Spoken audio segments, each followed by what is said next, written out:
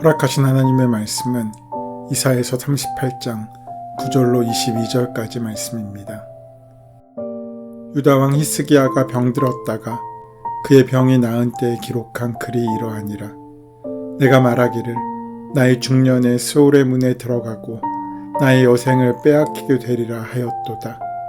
내가 또 말하기를 내가 다시는 여호와를 배웁지 못하리니 산자의 땅에서 다시는 여호와를 배웁지 못하겠고 내가 세상의 거민 중에서 한 사람도 다시는 보지 못하리라 하였도다. 나의 거처는 목자의 장막을 거둠같이 나를 떠나 옮겨졌고 직공이 배를 걷어 마름같이 내가 내 생명을 말았도다. 주께서 나를 틀에서 끊으시리니 조석간에 나를 끝내시리라. 내가 아침까지 견디어 싸우나 주께서 사자같이 나의 모든 뼈를 꺾으시오니 조석간에 나를 끝내시리라. 나는 제비같이 학같이 지적이며 비둘기같이 슬피 울며 내 눈이 쇠하도록 앙망하나이다. 여호와여, 내가 압제를 받사오니 나의 중보가 되옵소서. 주께서 내게 말씀하시고 또 친히 이루셨사오니 내가 무슨 말씀을 하오리이까. 내 영혼의 고통으로 말미암아 내가 종신토록 방황하리이다. 주여, 사람이 사는 것이 이에 있고 내 심령의 생명도 온전히 거기에 있사오니 원하건대 나를 치료하시며 나를 살려주옵소서. 보옵소서. 내게 큰 고통을 더하신 것은 내게 평안을 주려 하심이라. 주께서 내 영혼을 사랑하사 멸망의 구덩이에서 건지셨고 내 모든 죄를 주의 등뒤에 던지셨나이다. 스올이 주께 감사하지 못하며 사망이 주를 찬양하지 못하며 구덩이에 들어간 자가 주의 신실을 바라지 못하되 오직 산자 곧 산자는 오늘 내가 하는 것과 같이 주께 감사하며 주의 신실을 아버지가 그의 자녀에게 알게 하리이다. 여호와께서 나를 구원하시리니 우리가 종신토록 여호와의 전에서 수금으로 나의 노래를 노래하리로다.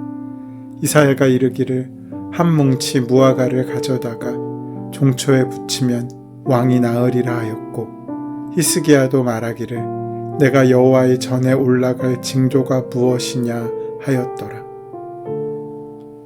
이사야서 38장의 말씀은 히스기야가 죽을 병에 걸렸지만 하나님께 간구함으로 치유를 받아 15년의 삶을 연장받는 일을 기록하고 있습니다. 히스기야 왕은 25세의 왕이 되어서 54세까지 29년을 통치했습니다. 그는 다윗의 버금가는 훌륭한 왕으로 기록되었습니다. 25세면 가장 혈기왕성할 때입니다. 모든 일을 다 할 수 있을 것 같은 자신감이 넘치는 나이입니다. 그런데 그는 그 힘을 하나님께 드렸습니다.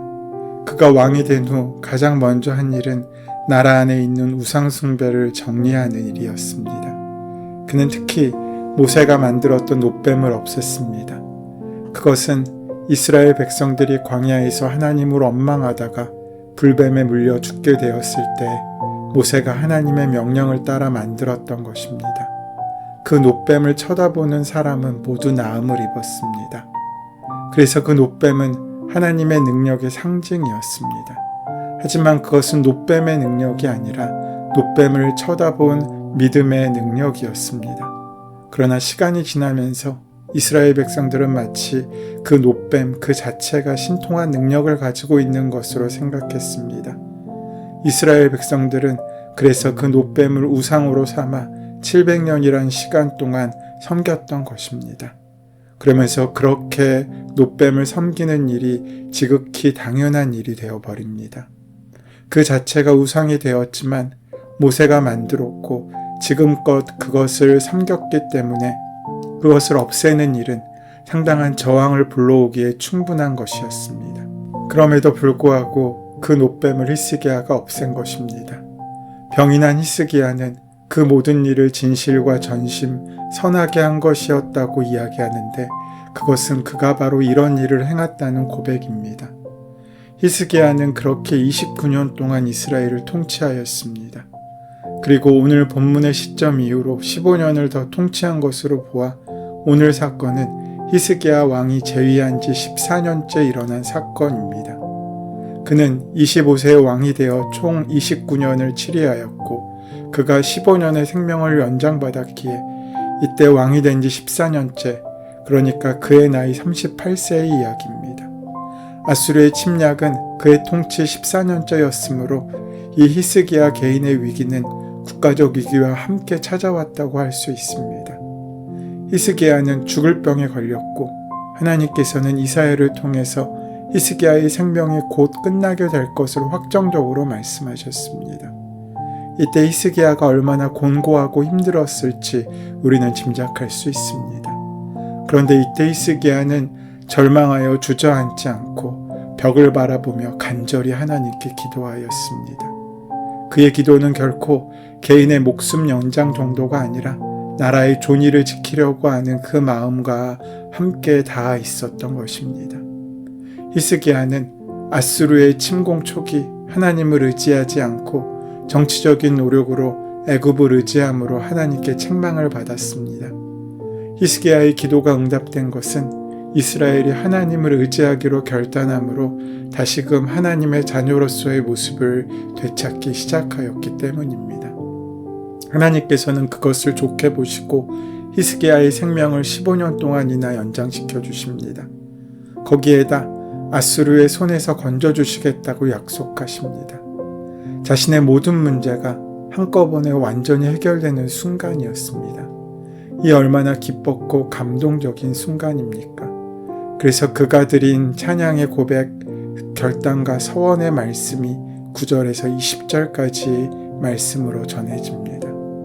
이제 히스기야의 노래가 시작되는 것입니다. 구약 안에 다양한 노래들이 존재합니다. 모세의 노래가 있고 드보라의 노래, 한나의 노래 등 이 노래들은 어떤 이야기의 종결부에 기록되면서 그 이야기가 강조되는 데 그 목적을 두고 있습니다. 히스기야의 노래는 두 가지 색깔을 가지고 있습니다. 감사 노래의 성격과 개인의 탄식시로서의 성격입니다. 문맥을 비추어 본다면 이 노래는 감사시로 해석되는 것이 더 일반적인 해석일 것입니다.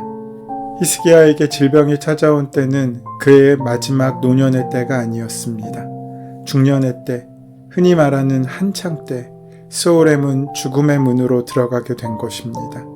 그래서 이제는 살아있는 사람들과 함께 땅에서 다시는 하나님을 배웁지 못하게 되었고 이제 사람들을 볼 수 없게 되었다고 합니다. 히스기야는 자신의 처지를 여러 가지 비유를 통해 말합니다. 먼저 목자의 장막과 직공의 배로 비유됩니다. 목자가 장막을 걷고 직공이 배를 걷어가는 것은 목자와 직공의 판단과 선택일 뿐 장막과 배는 그를 따를 뿐입니다. 다시 말해 히스기야는 주인이신 하나님의 뜻을 따라 죽을 운명에 처하게 되었다고 말하고 있는 것입니다. 히스기야는 자신의 목숨이 사자가 그 먹잇감을 죽이고 삼키듯이 순식간에 끝나버리게 되었음을 말합니다. 그래서 나는 제비처럼 학처럼 구슬프게 지저귀고 비둘기와 같이 슬피 울면서 하나님을 바라보며 구원해 주실 것을 간절히 간구하고 있습니다. 계속적인 구원에 대한 간절한 요청 끝에 히스기야는 죽음으로 오는 불이익을 열거합니다. 죽는다면 하나님께 감사할 수도 없고 하나님을 찬양할 수도 없고 하나님의 신실하심을 소망하지 못한다고 말하며 살아있는 자만이 하나님께 감사하며 하나님의 신실하심을 자녀들에게 알려줄 수 있다고 말합니다. 죽음으로 오는 불이익을 열거하는 히스기야의 표현에서 삶에 대한 간절함이 묻어납니다. 그리고 이 노래의 마지막은 구원에 대한 기대와 찬양으로 마무리됩니다. 히스기야의 노래에는 죽음이 엄습해오자 살고자 하는 그의 간절함이 담겨 있습니다. 이에 하나님께서는 다윗과 맺은 언약을 기억하시며 그를 낫게 하시고자 이사야를 통해 말씀하십니다. 그래서 히스기야는 15년의 생명 연장과 아수르로부터의 구원을 약속받게 되었습니다. 그러나 그의 은혜는 거기까지였습니다. 연장받은 삶에서 말씀을 듣고 지켜 행하는 믿음으로 나아가지 못했기 때문입니다. 이러한 서원의 기도 가운데 히스기야는 아주 중요한 말씀을 지키지 않았다는 것을 알게 됩니다. 19절은 이렇게 증거합니다. 오직 산자, 곧 산자는 오늘 내가 하는 것과 같이 주께 감사하며 주의 신실을 아버지가 그의 자녀에게 알게 하리이다. 하지만 히스기야는 이 말씀을 철저하게 외면하는 삶을 살았습니다. 히스기야의 아들인 므낫세는 12살의 나이에 왕이 되었습니다. 그러니까 히스기야가 생명을 연장받고 난 3년 만에 태어난 아들입니다. 그런데 므낫세라는 이름의 뜻은 잊어버림이라는 뜻입니다. 야곱의 11번째 아들이었던 요셉의 두 아들의 이름이 므낫세와 에브라임이었습니다. 요셉은 13년 동안이나 특별한 이유 없이 종살이 또 옥살이를 했습니다. 그러고 나서 애굽의 총리가 되어서 두 아들을 얻습니다. 그 첫째가 므낫세입니다. 하나님께서 과거의 고통을 잊게 해주셨다는 의미입니다. 둘째 에브라임의 뜻은 창성함입니다. 요셉이 자신의 지나온 날을 돌아보니까 하나님께서 자신의 삶을 풍성하게 해주셨다는 고백입니다. 그러니까 히스기야도 자신의 아들의 이름을 므낫세라고 지은 것은 하나님께서 아수르의 침략으로 고통당했던 세월과 죽을 병에 걸려서 좌절했던 그 모든 고난을 잊게 해주셨다는 것입니다. 그러나 그때 히스기야는 영적으로 침체 일로의 길을 걷고 있었습니다. 그래서 자식에게 제대로 된 신앙교육을 하지 못했을 것입니다. 그리고 나이가 들어서 얻은 귀한 자식일수록 부모가 제대로 때로는 엄하게 양육하기가 힘듭니다. 그 결과 므낫세는 남유다에서 가장 악한 북쪽의 아합 왕에 비견되는 인물이 되었습니다. 그는 하나님의 말씀도 하나님의 약속도 잊어버린 존재가 되어버립니다. 하나님께서 이사야 선지자에게 하나님께서 말씀하셨는데 내 생명이 15년 동안 연장된다고 하면 될 것 같은데 하나님 앞에 하나님께서 이런 말을 덧붙이십니다. 내 조상 다윗의 하나님 여호와. 이러한 히스기야의 기도는 하나님께서 다윗과 맺은 언약과 관련이 있다는 의미입니다. 그 언약을 기억하지 못한다면 그 언약이 주는 축복도 누릴 수 없습니다. 히스기야는 하나님께 다윗의 후손으로 그 등불이 꺼지지 않게 해달라고, 하나님의 약속의 등불이 꺼지지 않게 해달라고 기도했을 것입니다. 그럼에도 불구하고 그는 자녀를 바르게 신앙으로 양육하려고 하지 않았고 자신도 하나님을 신뢰하기보다는 바벨론의 군사력을 더 신뢰하게 된 데까지 추락하고 말았습니다. 히스기야의 부족함에도 불구하고 하나님은 그 약속을 행하시는 신실하신 하나님이셨습니다. 하지만 거기까지였습니다. 히스기야가 늘어난 15년의 수완을 그의 노래와 같이 간절한 마음으로 살아냈다면 그는 그저 떨어지는 꽃과 같은 인생이 아니라 열매로 남는 복된 인생이 되었을 것입니다. 또한 남은 여생을 역사의 주관자 되시는 하나님을 의존했다면 그의 나라는 여전히 평화와 안녕으로 전성기를 누렸을 것입니다. 하나님께서는 히스기야의 기도에 응답하여 그 질병을 치유하여 주셨습니다. 그러나 성경은 모든 믿음의 사람들이 기도할 때 동일한 결과를 가져온다고 말씀하지 않습니다. 성경은 그의 기도가 특별히 간절했기 때문에 하나님을 움직였다고 가르치지 않습니다. 하나님께서는 모세의 기도를 거절하셨고 바울 사도의 기도도 거절하셨습니다. 모든 상황에서 히스기야가 가졌던 믿음, 하나님의 선하신 의도에 대한 변함없는 신뢰가 중요합니다. 이것이 상황이나 결과와 상관없이 하나님의 자녀들이 가질 수 있고 또 가져야 하는 태도입니다.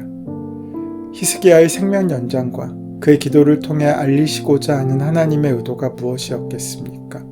어쩌면 개인의 생명의 위기 가운데서 생명의 연장을 위해 기도했을 때 하나님께서 그 생명을 더 연장해 주셨던 것처럼 국가적인 위기 가운데에서 하나님의 은혜를 구한다면 그 나라와 민족을 주관하신 하나님께서 은혜를 허락하지 않으시겠습니까? 사람의 생명을 주관하신 하나님께서 이스라엘이 돌이켜 하나님께로 돌아온다면 은혜를 베푸실 것이라는 것을 암시하고 있으신 것입니다. 우리가 그 은혜를 누리지 못한다면 그것은 우리가 전심으로 그것을 구하지 않았기 때문이지 않습니까? 우리도 히스기야처럼 하나님 앞에 간절하게 기도를 하기도 하지만 언제 그랬냐는 듯이 마치 신앙생활을 하지 않은 것처럼 살 때가 얼마나 많은지 모릅니다. 이러한 이중적인 삶을 청산하고 신실한 삶을 살기로 결단하는 오늘이 되시기를 소원하고 축원합니다. 은혜의 주님, 우리의 기도가 히스기야의 기도가 되게 하여 주시옵소서. 또한 그 기도로 끝나지 않고 또 다른 다짐과 고백으로 믿음으로 살아가는 인생이 더해질 수 있도록 인도하시고 함께하여 주시옵소서. 예수님의 이름으로 기도드립니다. 아멘. 이제 오늘 이 아침 우리에게 허락하신 오늘 본문의 말씀이 지금 나에게 말씀하고자 원하시는 주의 음성을 들을 수 있게 하기 위하여 본문의 말씀을 깊이 묵상하시고 함께 기도하는 시간 가지도록 하겠습니다. 함께 기도합니다.